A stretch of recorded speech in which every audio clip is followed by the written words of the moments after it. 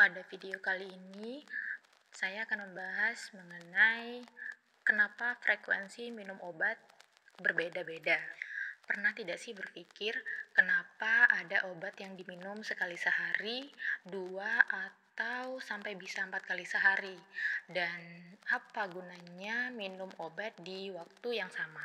Pertama-tama, obat yang diminum akan terlarut dalam lambung, kemudian diubah menjadi senyawa aslinya yang berbentuk sangat kecil, sehingga memungkinkan masuk ke dalam aliran darah. Sedikit demi sedikit sampai semuanya berkeliaran dalam tubuh dengan bantuan protein delivery atau albumin. Beda halnya dengan obat yang disuntikan melalui intravena atau intramuskular, obat tersebut akan 100% memasuki pembuluh darah tanpa melalui saluran cerna terlebih dahulu. Sebelum obat bekerja, obat akan dirombak terlebih dahulu di organ hati atau hepar. Setelah obat aktif, obat akan bergerak menuju sel yang sakit kemudian melakukan perbaikan.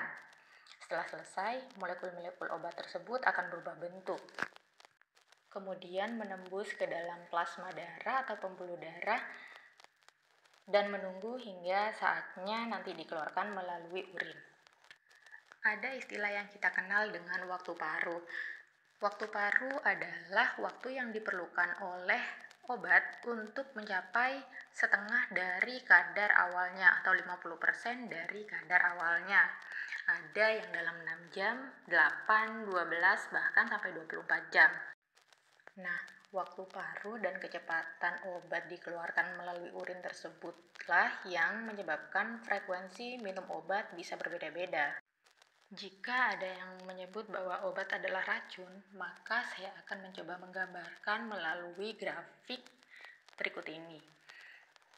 Garis yang paling atas adalah garis batas racun atau toksik, di mana jika jumlah obat dalam darah sudah menyentuh garis atau bahkan melebihi garis tersebut, maka obat bisa memberikan efek yang buruk.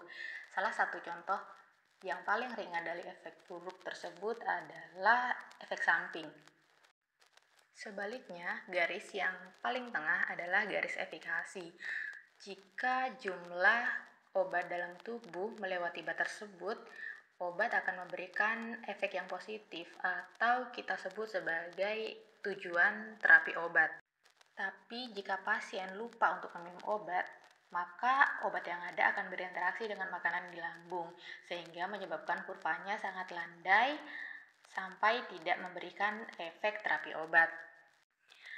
Itulah penyebab kenapa minum obat tepat waktu itu menjadi sangat penting.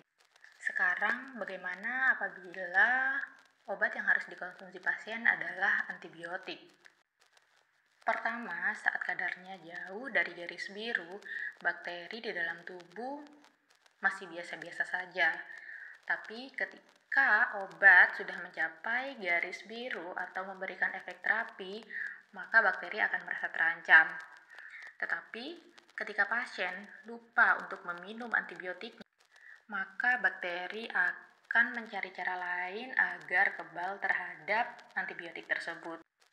Akibatnya, jika pasien terinfeksi oleh bakteri yang sama, maka antibiotik yang sama tidak akan bisa memberikan efek terapi obat, atau yang sering kita kenal dengan istilah resistensi antibiotik.